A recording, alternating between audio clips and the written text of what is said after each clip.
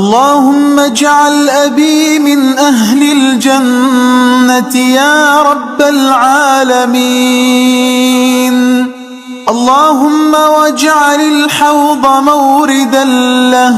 اللهم واجعل الرسول شافعا له.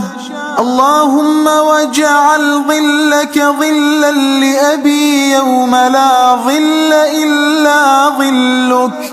اللهم واغفر لأبي مغفرة تمحو بها سالف أوزاره.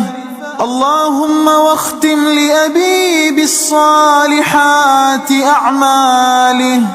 اللهم وارزق أبي شربة هنيئة من يد النبي صلى الله عليه وسلم، شربة لا يظمأ بعدها أبدا. اللهم واحشر أبي تحت لواء النبي صلى الله عليه وسلم.